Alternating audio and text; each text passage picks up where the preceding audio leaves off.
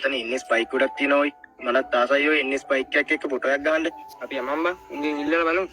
අඩෝ යමන්කෝ බා. ඉඳලා බලන්න. දෙයිත් දන්නේ නැහැ. යමන්. ඒ අයියේ ඔයාලගේ ඉන්නේ ස්පයික් එකත් එක්ක අපිට ෆොටෝ එකක් ගන්න පුළුවන්ද? ඔබට පිස්සුද බං අපේ බයික් එක ෆොටෝ ගන්න දෙන්න? ඔව් බං එක එකට දෙන්න නෙමෙයි බං අපි බයික් ගත්තේ. අනේ අයියේ එහෙම කියන්න එපා. අපිත් මේවට පණ ඇරලා ආදරේ. අපිත් මේ වගේ බයික් එකක් ගන්න පට්ට කට්ටක් කන්නේ.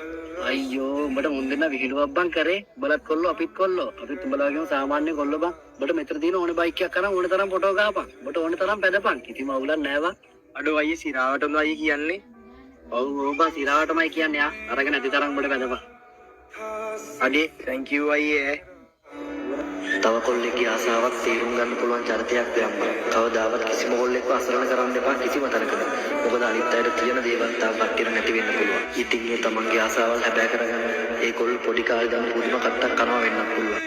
තමන්ගේ ටාගට් වලට යන්න ඉන්නේ හැම කොල්ලෙක්ටම මං හදවතින් සූපදනවා. අද කට්ට කෑවට කමක් නැහැ. ඒට අනිවාර්යෙන්ම උඩ ගියමක් ගන්න පුළුවන්. ඒකින් නම් ටාගට් එක මගේ අරගන්න එපා.